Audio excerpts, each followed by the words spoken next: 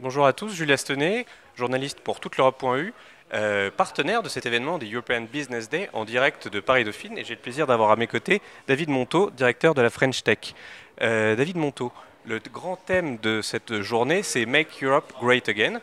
Ça pourrait être aussi un peu le slogan d'Emmanuel Macron pour l'Europe. Vous y adhérez? Ouais, j'y adhère au sens où l'Europe est une vraie en terre d'opportunité pour le développement de l'innovation en particulier et la croissance des startups, parce que c'est ce dont je m'occupe. Et effectivement, aujourd'hui, la problématique que cette question de l'innovation, c'est-à-dire qui est la question de la construction de l'avenir de notre économie, eh bien, c'est un levier majeur et qu'il y ait une prise de conscience et un élan pan-européen sur cette problématique, c'est effectivement très important. Qu'est-ce qui manque aujourd'hui de manière très concrète pour faire de ce slogan une réalité?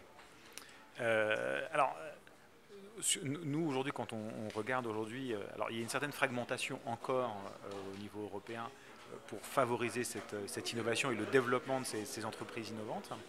Je dirais qu'il y a plusieurs aspects. On parle beaucoup des aspects de régulation, effectivement, avoir une certaine homogénéité entre les différents pays, qui est une vraie préoccupation pour les sociétés. À chaque fois que vous devez ouvrir un bureau ou vous développer dans un pays, eh bien, la régulation est différente. Mais je pense que aussi, il faudrait qu'on renforce encore la circulation, en particulier des gens et des capitaux aussi, et des investissements au niveau européen. C'est-à-dire qu'on est plus, d'une part, d'entrepreneurs français qui vont en Suède, suédois qui vont je sais pas, en Hollande, etc. Et donc cette circulation des gens et qu'il y ait des équipes qui soient plus... La diversité européenne est une chance en fait. La diversité est un moteur d'innovation, un levier pour l'innovation. Donc cette diversité, par contre, comme il y a du fragmentation, et bien on n'arrive pas à l'utiliser. Et donc favoriser des entreprises qui sont plus européennes, alors soit au départ, mais qui arrivent à être plus européennes d'une part. Et après, je parlais de l'investissement. L'autre enjeu qui est très important, c'est qu'effectivement, qu'on arrive à faire émerger davantage de fonds d'investissement, privés bien sûr, hein, des fonds d'investissement de plus grande taille, mais qui sont aussi pan-européens. C'est-à-dire que c'est très important dans un fonds d'investissement d'avoir ou même dans un portefeuille d'investissement, des sociétés de plusieurs pays différents. Ça donne beaucoup de richesse et ça permettra aussi, ça aidera aussi à ces sociétés à grandir. Vous venez d'intervenir sur la table ronde L'Europe à la conquête du monde. C'est une belle incantation. C'est possible? Vous y croyez? Ah, disons que je ne sais pas si on a le choix en fait. Encore une fois, aujourd'hui enfin, le monde entier est passé dans une économie de l'innovation, c'est-à-dire que le moteur, encore une fois, aujourd'hui c'est l'innovation, c'est-à-dire que la compétitivité passe beaucoup par l'innovation. Et donc on est aussi dans une économie, disons, d'échelle où vous avez des très très grands acteurs, évidemment l'Amérique du Nord et la Chine.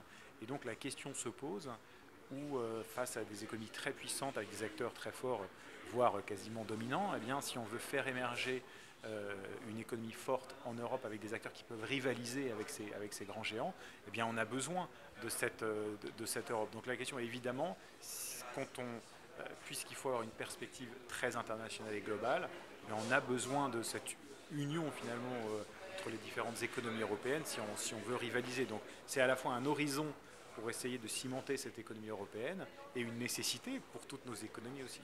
Effectivement, on parle beaucoup de l'émergence de champions européens, notamment face aux GAFA, aux GAFAM. En tant que directeur de la French Tech, est-ce que vous ressentez qu'il y a une belle dynamique aujourd'hui qui est en train de se créer en France et en Europe pour essayer d'y parvenir? Je dirais que je la ressens et je la constate, hein. On peut regarder les chiffres, hein. On peut regarder comment il y a partout en Europe, hein, un développement, la culture aussi de l'entrepreneuriat, start-up, etc., se développe beaucoup.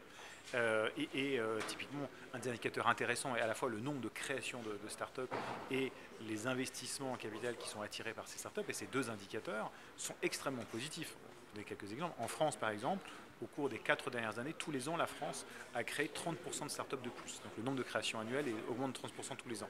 Donc il y a un engagement de la population.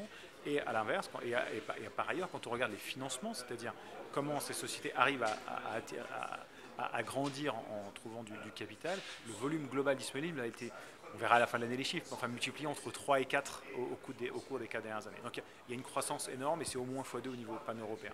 Donc oui, il y a un bouillonnement qui est extraordinaire.